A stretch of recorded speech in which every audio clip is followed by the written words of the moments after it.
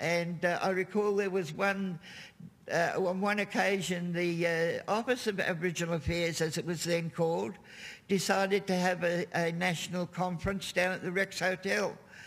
And they did not want any Aboriginal people present. It was all the various state Aboriginal affairs were all coming into town, and they were having their conference, and they didn't want any outsiders or any trouble or disturbances. But unfortunately, we knew where they were going to go, so we went and booked a huge family room. I think it might have even been 2 family rooms that were connected. And we had 16 Aboriginal men and me booked in to this family room arrangement where, because I was so old, like I was a whole 34, and most of these people were very young, most of these boys were very young at the time, and I felt quite secure. It never even occurred to me. I just felt like I was the grandmother. I had 6 kids. But when we got down to the accommodation, Pastor Frank, what was his surname? Sorry. Frank turned around. Everyone was debating, there's a big double bed there, Pat can sleep in the middle. And I said, no way, no way. So all these double bunks were around the place, and the Reverend Frank, whose name I forget. Frank Roberts? Eh? Frank Roberts? Yeah, Frank Roberts, that's right. Queenslander, yep. And he climbed up onto the top bunk and he said, now Pat's sleeping on the bottom bunk, and anyone who comes near here during the night will have to answer to me. So we all slept quite happily and soundly. The next morning, because we were already in the motel where the conference was being held, they couldn't prevent us from being there. So eventually they decided, yes, we could come into the conference room, but we were not allowed to speak. So we rushed out and got some white sticky tape, and everybody except Dennis Walker and Paul Coe taped their mouths to show that we were allowed in, but we were not allowed to speak. So the 2 people who were untaped were our spokespersons. Now, if you ever see that photo of Chicken Dixon and someone in the middle, I can't remember, and Bobby McLeod, all with their fists up and the tape across their mouth, look for that arm that's the next to Chicker's. All you can see is a sliver of the arm, and that's me. I was there too. Okay. I have to say, going back a little bit to the Alice Springs situation. When I was in Alice Springs, back in those days, a lot of us had no shoes, or we wore no shoes from choice and long flowing robes. And here am I going through the Todd River, which was totally dry. We're walking around in this boiling hot sand. Do not ever do it with no shoes on. And I'm pushing a broken stroller because the airline company had managed to break my stroller, and with this 5-month-old baby, and I was going from group to group and talking to them about what was happening with the conference. And I said to them, what do you want me to take back to Sydney? What do you want me to tell the people, the white people back there? I can talk to them. What do you want me to say on your behalf? And they said, as far as I'm aware, they said Ningla Ana. And I tried to, well, can anyone write that down? Nobody could write in English. So I had to trust my memory on how it was pronounced, which is probably not correct.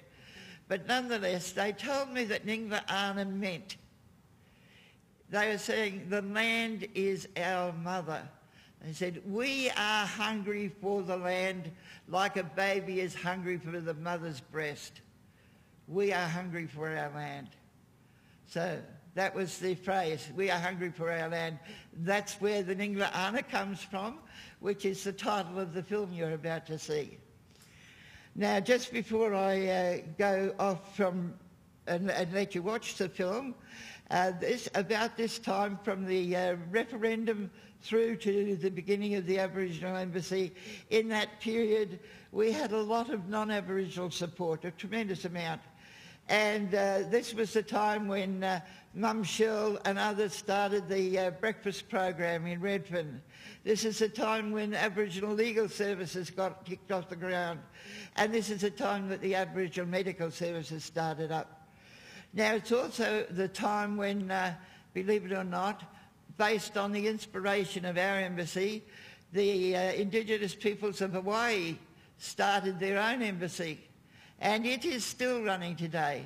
So we are the longest historical demonstration, the longest historical protest demonstration that has ever happened anywhere in the world, but the Hawaiians are not far behind us. And at the moment, I understand the Hawaiian embassy people are in the process of establishing the International Indigenous Court of Pacific Peoples, and they will be sending, and they have sent us a paper on what they're doing, which will be presented down at the Aboriginal Embassy over the next few days. And as far as the embassy itself is concerned, because you're going to see the film, you will notice at one part there's a little section of filming of Aboriginal women led by Isabel Coe talking to the feminist movement in Canberra, which is also starting up around about that time in the period of the very early 70s.